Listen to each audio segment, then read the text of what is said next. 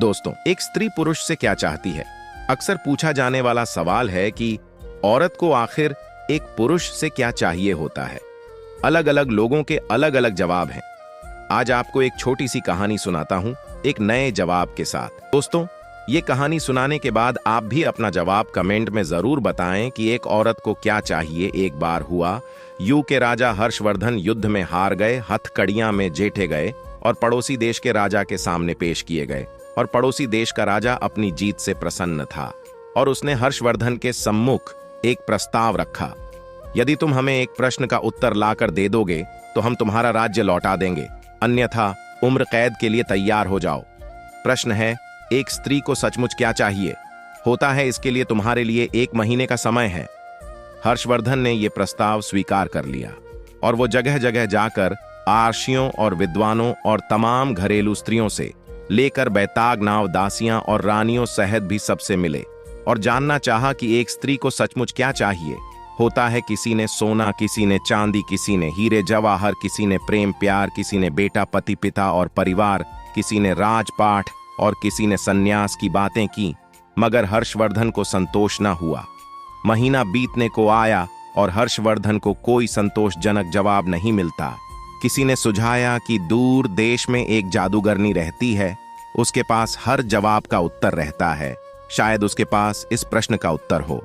हर्षवर्धन अपने मित्र सिद्धराज के साथ जादूगरनी के पास गए और अपना प्रश्न दोहराया।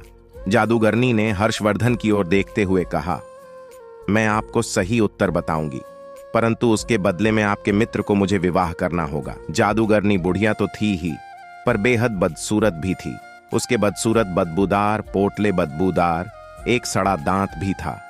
उसने अपनी कुंटीली मुस्कुराहट हर्षवर्धन की ओर फेंकी और हर्षवर्धन ने अपने मित्र को परेशानी में नहीं डालने के खातिर मना कर दिया, परंतु सिद्धराज ने एक भी बात नहीं सुनी और अपने मित्र के जीवन के खातिर जादूगरनी से विवाह को तैयार हो गए। तब जादूगरनी ने प्रश्न का उत्तर बताए, स्त्रियां स्वयं निर्णय लेने में आत्मनिर्भर बनना चाहती हैं।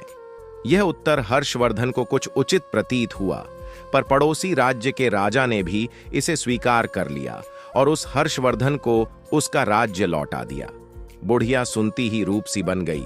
उसने कहा, क्योंकि तुमने निर्णय मुझ पर छोड़ दिया है तो मैं हमेशा इसी रूप में रहूंगी।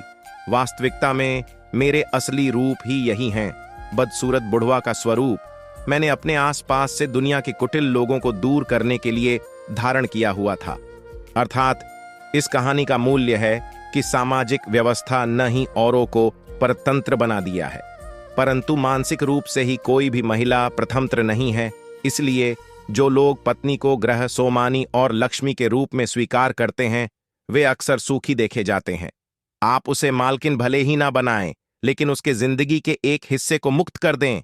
उस हिस्से से जो निर्णय यानी जो फैसला स्वयं लेना चाहें, उसे स्वयं लेने दें। दोस्तों, ये वीडियो आपको कैसी लगी? उम्मीद करता हूं कि आपको वीडियो पसंद आई होगी। अगर पसंद आई है तो वीडियो को लाइक करके चैनल को सब्सक्राइब करके ही बेल आइकन को दबाना ना भूले।